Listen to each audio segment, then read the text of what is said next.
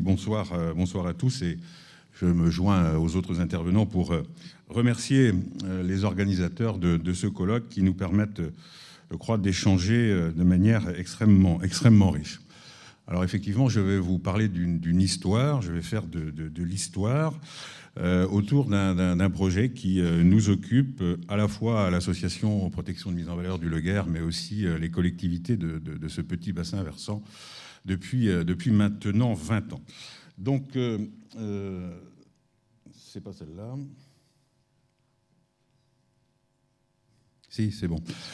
Pour vous situer le bassin versant du Leguer, vous voyez, nous sommes à l'ouest du département des Côtes-d'Armor, dans une région à cheval sur le Trégor et l'Argoate. C'est un bassin versant d'environ 54 000 hectares, drainé principalement par la rivière du Leguer, donc, qui est un cours d'eau, un petit fleuve de 60 km environ.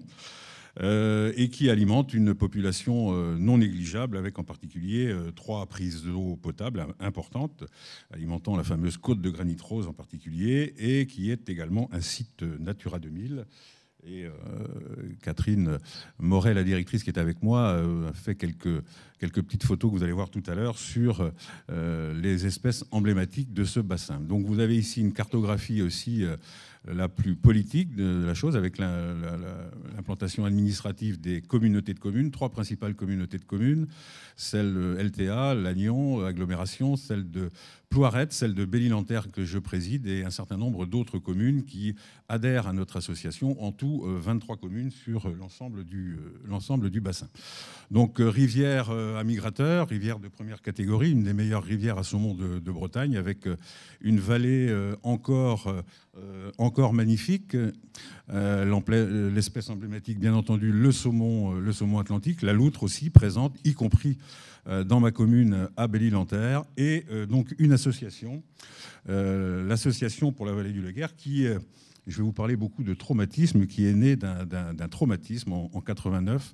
Certains d'entre vous s'en rappellent sans doute, mais notre territoire a été à ce moment-là la victime d'un ouragan assez terrible qui a jeté à bas bon nombre d'arbres importants, de vieux chênes en travers de la rivière, et qui a contraint un petit peu tout le monde à se mobiliser, aussi bien les pêcheurs, bien entendu, les canoïstes, kayakistes, que les élus, puisque on avait un patrimoine naturel dans la rivière, que ça générait, bien entendu, ou ça pouvait augurer de problèmes importants sur l'hydraulique, les inondations, puisque nous connaissons aussi des inondations.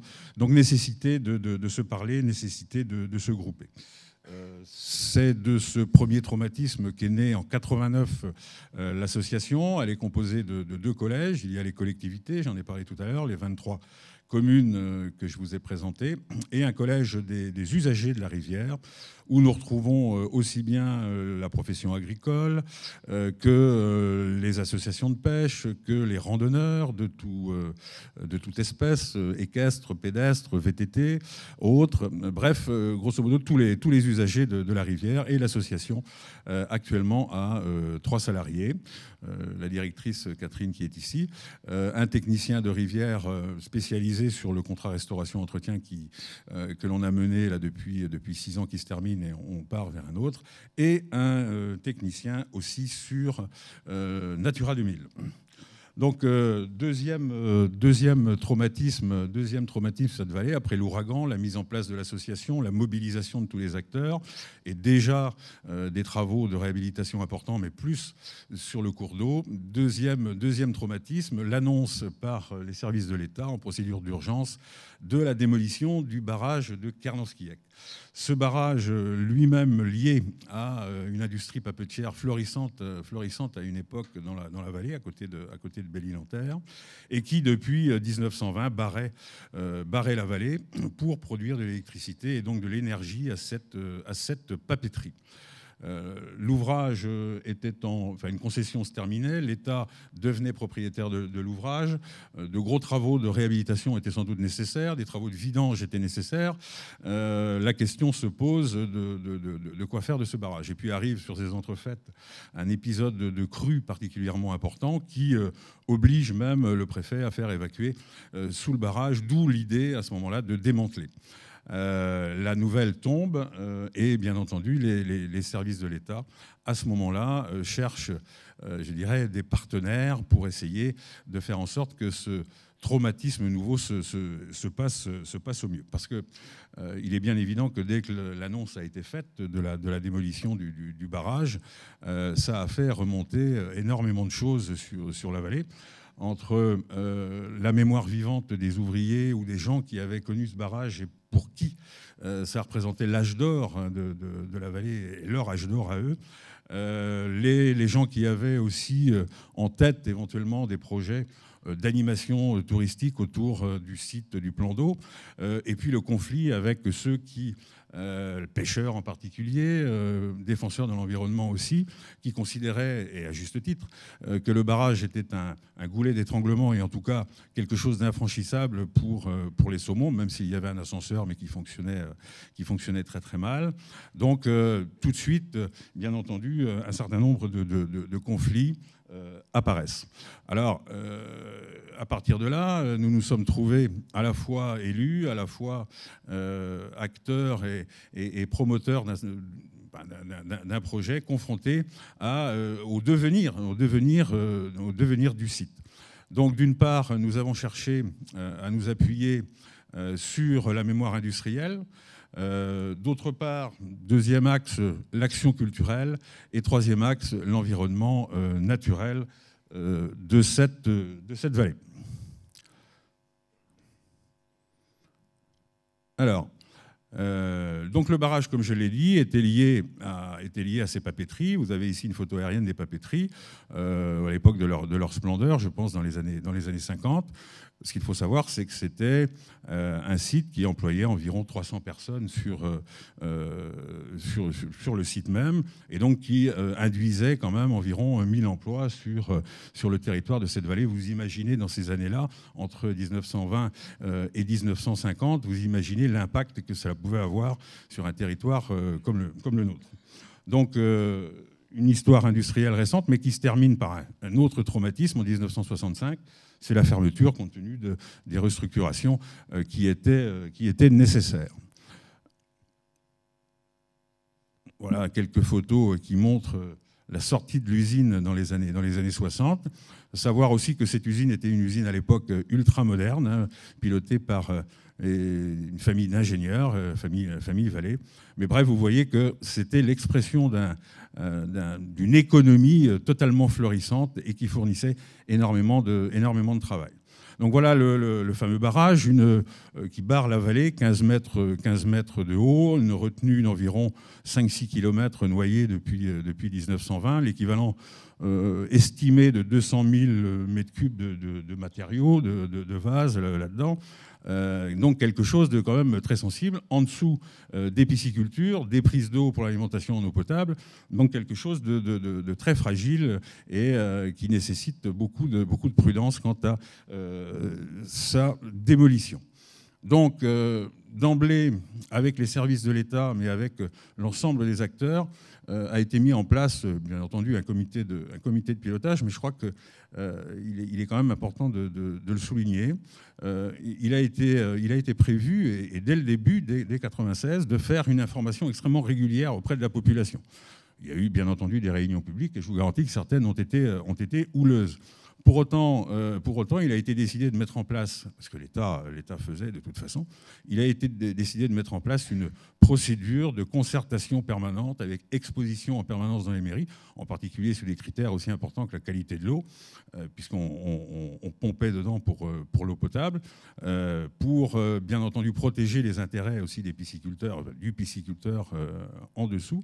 Et d'emblée, cette procédure nous a permis aussi d'interroger l'État pour dire, mais bon, d'accord, une fois qu'on a fait ça, il nous reste plus de barrages, il nous reste une vallée vide, qu'est-ce qu'on fait? Donc c'est posé tout de suite le problème de la suite, comment faire de quelque chose qui avait disparu, un nouveau projet pour la vallée. Donc là, ce sont des photos. Alors, vous avez ici le résultat actuel de la démolition.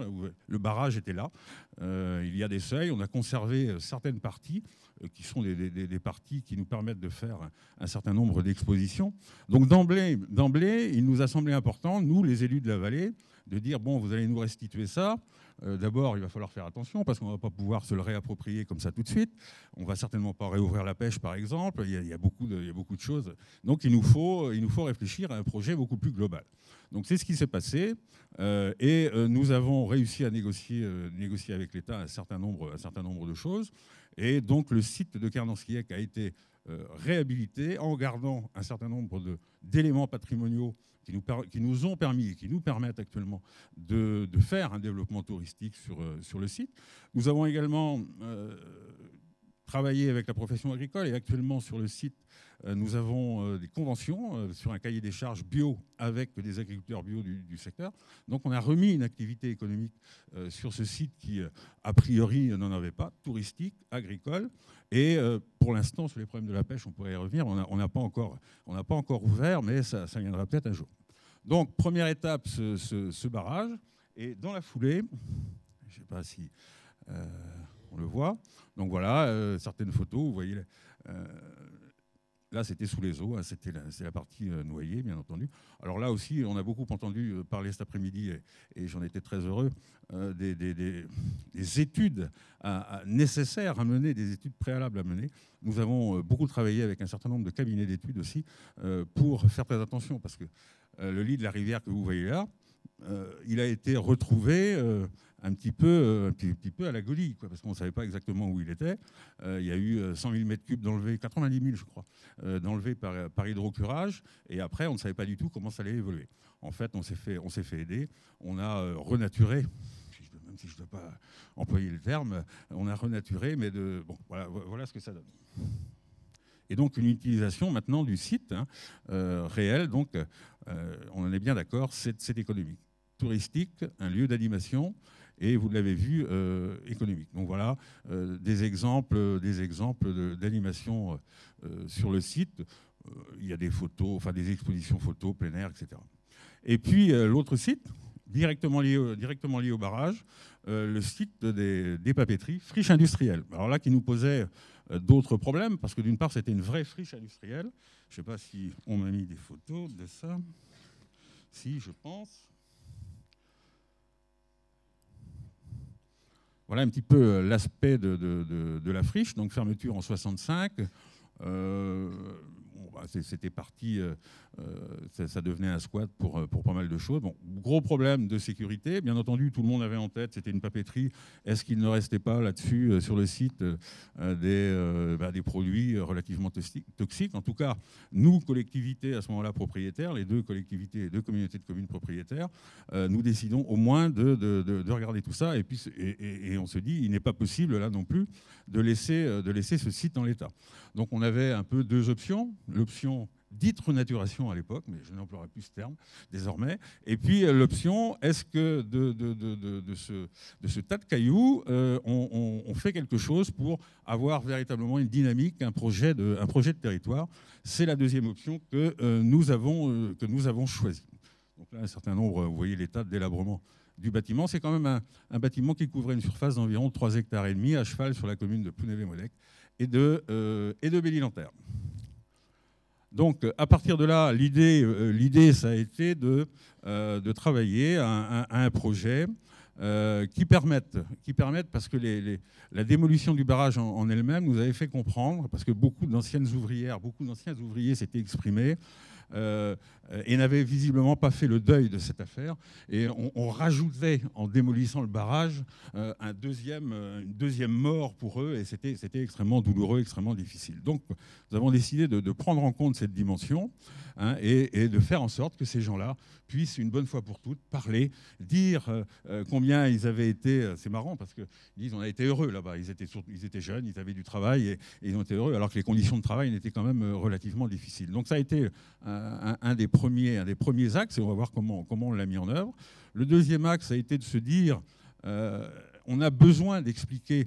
Il nous faudra des passeurs, des gens qui fassent passer notre message. Et ça a été des résidences d'artistes. Une troupe de théâtre normande, d'ailleurs, nous a accompagnés pendant 3 ans. J'y reviendrai aussi. Donc, et puis, bien entendu, bon là, c'est le sous-titre qui le montre, troisième temps très très fort, déconstruction selon des normes, bien entendu, HQE, puisqu'on a trié un maximum tous les matériaux qui étaient sur le site, et projet de réappropriation du site et renouvellement du site. Alors voilà, mémoire en mutation, oui, c'est l'expression un petit peu de tout ce qui s'est fait au niveau culturel. Vous voyez là le centre de Belle-Île-en-Terre qui avait été complètement verrouillé par vos collègues comédiens là, qui nous avaient fait donc un spectacle sur eh bien, une nouvelle usine qui allait s'implanter. On avait perdu les papeteries Vallée, mais on en a trouvé une autre. Donc, volonté et association de toute la population autour de ça. Les voilà encore. C'est la sirène qui appelle. Et la gavotte des sabots. Et bien de chez nous. Vous voyez ici aussi les anciennes ouvrières, les anciens ouvriers qui participent et ont participé complètement à tout ce travail. Et je dirais qu'ils ont été eux aussi des passeurs extrêmement importants. Autre résidence d'artistes, là, un aquarelliste bien connu chez nous, Gilda Chassebeuf, des photographes également qui ont travaillé.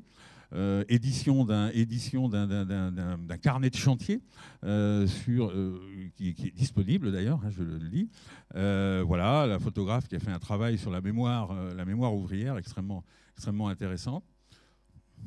Alors ça, c'est la directrice de l'association, je le dis pour ceux qui ne le sauraient pas. Enfin bon, on ne la reconnaît pas là, mais voilà, Gut-Després, conteur normand aussi, Manchot, qui nous a fait une gwerz magnifique. Tout ça pour dire que pendant 3 ans, on a fait de ce chantier qui était objectivement mal parti, ou qui pouvait très mal partir, parce que quand on disait, ben voilà, c'est 1,2 million ou 1,3 million d'euros qu'on va mettre là-dedans pour casser des cailloux, pour faire un peu d'histoire, faire un peu de théâtre et tout ça, j'avoue que ça passait pas forcément comme une lettre à la poste. Ceci étant, ça nous a quand même permis, oui, il y avait un autre élément qui a été très important, c'est que quand le chantier a démarré, de la palissade de chantier qui est souvent extrêmement impersonnelle et rébarbative, on a fait un lieu d'exposition permanent. Et tous les 3 mois, on venait inaugurer une nouvelle exposition, soit les photos, soit les aquarelles. On avait aménagé dans la palissade de chantier des fenêtres qui fait que les gens pouvaient suivre l'évolution du chantier, etc. Donc, au fil du temps, je dirais que la population s'est approprié ce chantier. Et puis, pour en arriver à cet état non pas de renaturation, mais de réaménagement des papeteries, vous voyez qu'on n'a pas non plus démoli tout. On a gardé des éléments qui nous semblent emblématiques. On les a réaménagés parce que ces roues là n'étaient pas là, mais on les a gardés, on les a remis en scène. On a créé un espace aussi sur lequel désormais, à la fois, on peut faire du théâtre parce que c'est arrivé. On fait des manifestations à connotation culturelle, bien entendu, et toute manifestation. C'est un lieu également de départ de randonnée extrêmement important. Donc, je dirais une aventure. Bon, c'est écrit, vous le lisez comme moi, une aventure technique et humaine de 10 ans au moins. Je dirais qu'elle se poursuit. Elle se poursuit parce que sur le pays de Guingamp, désormais, nous avons été un petit peu les premiers, mais la ville de Guingamp avait un site industriel extrêmement fort, les usines Tanvèze, a démarré un projet. Le petit écho de la mode, certains connaissent peut-être, ou d'autres ont vu ça chez leurs parents. Le petit écho de la mode faisait cette revue de mode, elle était juste à côté de chez nous, à Châtellerault-Plouagat. Le site industriel qui utilisait également la force de l'eau comme énergie désaffectée, la communauté de Châtellerault-Plouagat l'a repris et développe un projet culturel. Une autre communauté de rurale juste à côté de nous, sur un gros moulin, teillage de lin, etc., l'a repris et là aussi développe. Ce qui fait que sur ce territoire, en tout cas, nous nous sommes mis en réseau, ce qu'on appelle un réseau au fil de l'eau. Nous avons un fil rouge entre nous, c'est l'eau, bien entendu, d'abord, mais comme élément d'énergie, souvent pour des industries ou de l'artisanat, et des sites un petit peu phares sur lesquels nous intervenons de manière très forte. Et depuis 3 ans maintenant, 3 ans, 4 ans, ce réseau au fil de l'eau, sur ces sites, parce qu'il n'y a pas que celui-là, sur ces sites, organise en permanence, pendant l'été, mais aussi pendant l'hiver, puisqu'il y en a encore actuellement, des animations à vocation culturelle. Tout ça pour dire que c'est une deuxième vie. C'est une deuxième vie que nous avons donnée à ces sites. On se pose souvent la question, quid après comment fait-on? Alors, bien entendu, l'ATP a été supprimée maintenant. C'est pas de la recette directe, hein, c'est clair. Il ne faut pas l'attendre. Ce sont des coûts relativement importants sur les investissements, encore que là, nous avions été bien aidés par l'Europe et les différents financeurs. Mais je crois que c'est la capacité que l'on a localement à mobiliser, la capacité à faire passer un certain nombre de messages qui fait que désormais l'ensemble de ces sites, et d'autres vont nous rejoindre, ont une deuxième vie, apparaissent comme des éléments très très forts de notre patrimoine, de notre histoire. On a réussi aussi une pierre de coups, parce qu'en enlevant un barrage comme celui de Kernanskiek, on a quand même restitué à la rivière quasiment les 2/3 de ses frayères à saumon qui lui manquaient. Et on le sait, moi j'ai l'habitude de dire que devant chez moi, à Belle-Île-en-Terre, c'est l'Irlande au mois de décembre, parce que les saumons, on les voit frayer désormais. Et on a redonné un véritable sens à ces outils. Donc voilà, je crois que c'était une histoire. Pour nous, c'est une très belle histoire. Je crois qu'elle démontre que de friches industrielles ou de traumatismes peuvent naître de véritables projets nouveaux, des projets de vie, à condition, bien entendu, de rechercher... je ne dirais pas le consensus, c'est pas ça, de rechercher l'ensemble des partenaires, de ne rien cacher, de dire ce que l'on va faire et d'essayer de faire ce que l'on dit. Merci.